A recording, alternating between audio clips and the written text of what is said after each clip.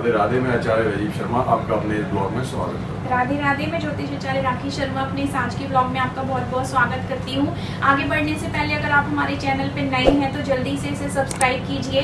आपके वीडियो के right side में जो रेड कलर का आइकॉन आ रहा है उसे जल्दी से दबाइए और हमारी फैमिली का हिस्सा बनिए और बेल आइकॉन को जरूर प्रेस कीजिए, जिससे हम जो हर वीडियो डालते हैं नई वीडियो आप पे जल्दी सबसे पहले और तुरंत पहुंचे और कोई भी जो धर्म से जुड़ा हुआ विषय है, कोई भी टॉपिक है, आप मिस ना कर सकें। देखिए, हम आज जो बात करने वाले हैं, आपको टाइटल से पता चल गया होगा कि वो है आटे के बारे में हम बात करने वाले हैं। देखिए, सुनने में तो ये बहुत छोटी चीज लगती है कि एक आटे के बारे में हम बात कर रहे हैं, लेकिन हमारे ज्योतिष शास्त्र में हमारी रसोई में जितनी भी चीजें उपयोग होती हैं, चाहे वो सब्जियां हो, मसाले हो या अन्य खाद्य पदार्थ हो, उनका ग्रहों से बहुत अधिक संबंध माना गया है। तो रोटी भी एक ऐसी चीज है जो हमारे भारतीय घरों में सुबह होते के साथ ही हम लोग नाश्ते के साथ ही रोटी खाने की शुरुआत करते हैं, परंतु हम हमारी वैदिक ज्योतिष के अनुसार देखें या शास्त्रों के अनुसार देखें तो हम आटे से जुड़ी हुई ऐसी बहुत सारी गलतियां अपनी रसोई में और अपने घरों में कर देते हैं, जिसके कारण हमें बहुत ही आर्थिक समस्या का सामना करना पड़ता है। घर के लोग जो है वो अक्सर रोगी और बीमार रहते हैं और हमारे ऊपर कर्जे भी चढ़े रहते हैं। तो आज आप जरूर ये पूरा ब्लॉग देखिए और देखिए कि आटे से जुड़ी हुई वो ऐसी कौन सी गलतियां हैं जो आप रोज के जीवन में करते हैं, तो इनको आपको जल्दी से जल्दी सुधारने की जरूरत है अगर आप अपने जीवन में सफलता, उन्नति और तरक्की चाहते हैं। तो अगर हम बात करें अपनी आज की पहली गलती की, तो कुछ लोग क्या करते हैं, जब भी दिन का पहला नाश्ता करते हैं या लंच में रोटी खाते हैं, या कई लोग जो नाश्ते में रोटी नहीं खाते तो लंच में भी रोटी खाते हैं, तो रोटी खाने से पहले कभी भी भगवान का नाम नहीं लेते, कभी भी अन्नपूर्णा माता का ध्यान नहीं देते हैं। तो आपने क्या करना है कि जब भी आप खाना खाएं या पहली रोटी जब भी खाएं जो आटे से बनी होती है, आपने हमेशा अन्नपूर्णा माता का ध्यान करना है और उनका धन्यवाद करना है। फिर आप देखेंगे आपके घर में हमेशा आप सब लोग स्वस्थ रहेंगे और आपके घर में बरकत बनी रहेगी।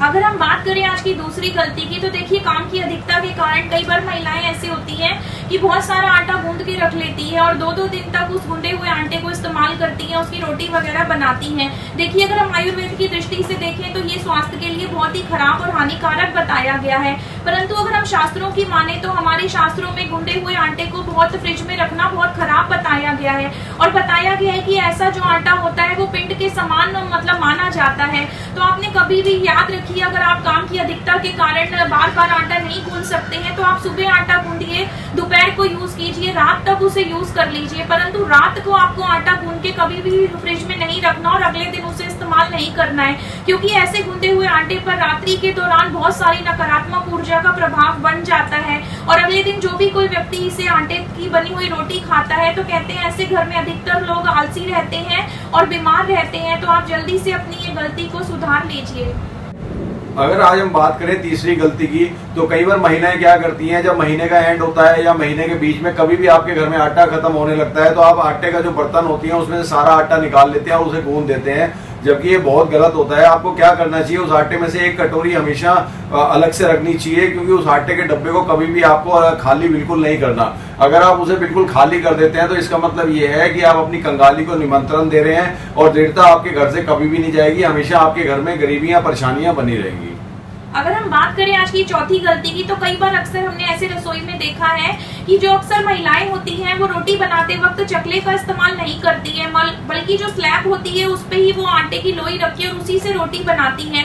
लेकिन हमारे शास्त्रों में ये चीज बहुत गलत बताई गई है, क्योंकि देखिए, जो रसोई का पत्थर होता है वो हमारे वास्तु शास्त्र के अनुसार से राहु और शनि की वस्तु हम उसे मानते हैं। अगर आप रसोई की स्लैब पे रोटी की लोई बेल कर उसे बनाते हैं तो उससे शनि और राहु का बहुत नकारात्मक प्रभाव उस भोजन पे हो जाता है और कहते हैं ऐसे घर में जो भी व्यक्ति भोजन इस तरह का बनाई हुई रोटी का सेवन करते हैं वो अक्सर लोग बीमार रहते हैं और उस घर में हमेशा लड़ाई झगड़ों की स्थिति बनी रहती है। तो आप जब भी घर में रोटी बनाएं तो जरूर से जरूर आप चकले का इस्तेमाल जरूर करें। अगर हम बात करें पांचवी गलती की, तो कुछ लोग क्या करते हैं, वो गाय की रोटी बनाते जरूर है, लेकिन क्या होता है कि वो गाय की रोटी को उस दिन गाय को नहीं खिलाते और घर के अंदर 3-3, 4-4 दिन की रोटी पड़ी रहती है, वो रोटी सूख जाती है, फिर एक ही दिन उसको ले जाते हैं और गाय माता के आगे डाल देते हैं। शास्त्रों के अनुसार ये बहुत ही गलत माना जाता है और ये लक्ष्मी का अपमान भी माना जाता है। इससे आपके घर में लक्ष्मी कभी भी नहीं टिक पाएगी। आपने एक बात का जरूर ध्यान रखना है, जब भी आप गाय माता की रोटी बनाते हैं तो आपने उसी दिन गाय माता को रोटी खिलानी है और हमेशा ताजी रोटी खिलानी है। इससे आप देखेंगे आपके घर में हमेशा बरकत बनी रहेगी और खुशहाली रहेगी। अगर हम बात करें अगली गलती की, तो कई बार ऐसा होता है कि रोटी बनाते वक्त रसोई में महिलाओं के हाथ से वो आटे का पेड़ा जो होता है वो गिर जाता है।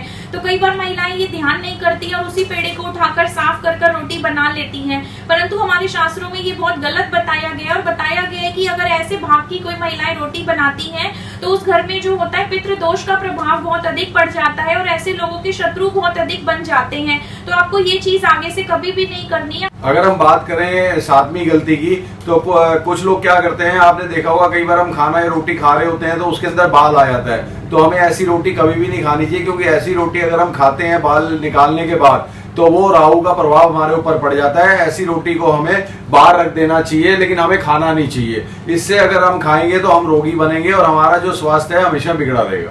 अगर हम बात करें आज की अगली गलती की, तो कई बार ऐसा लोग करते हैं कि भोजन खाने के बाद उसी थाली में हाथ धोते हैं, मतलब अपने झूठे हाथ थाली में ही धोते हैं। तो हमारे शास्त्रों में ये बहुत ही गलत बताया गया है और ये अन्नपूर्णा माता का अपमान बताया गया है। बताया गया है कि ऐसे व्यक्ति जिस भी घर में व्यक्ति ऐसा कार्य करते हैं तो वहाँ हमेशा लक्ष्मी का कभी भी वास नहीं होता है और ऐसे घर में हमेशा ही दरिद्रता बनी रहती है। तो और अन्नपूर्णा माता का भी ऐसी जगह में अपमान माना जाता है। तो आपको ऐसा कभी भी नहीं करना है।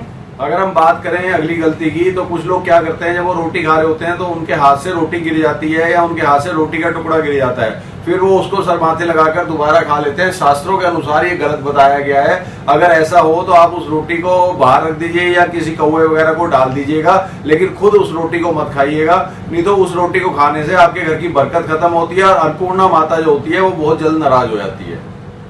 अगर हम बात करें अगली गलती की, तो कई बार ऐसा होता है कि सारी रात को रोटी बनाने के बाद या दोपहर की रोटी बनाने के बाद थोड़ा सा आटा बच जाता है, मतलब बहुत छोटी सी लोई बच जाती है। तो महिलाएं क्या करती हैं, उस छोटी लोई की भी छोटी सी रोटी बना के उसको इस्तेमाल करती हैं। परंतु हमारे शास्त्रों में ऐसा गलत बताया गया है और बताया गया है कि जो भी महिलाएं सबसे अंतिम आटे की छोटी सी रोटी बना लेती हैं तो उन महिलाओं का मायका बहुत कमजोर रहता है और उनके जो मायके से संबंध है वो दिन पे दिन खराब होते हैं। तो आपको ऐसा कार्य कभी भी नहीं करना है।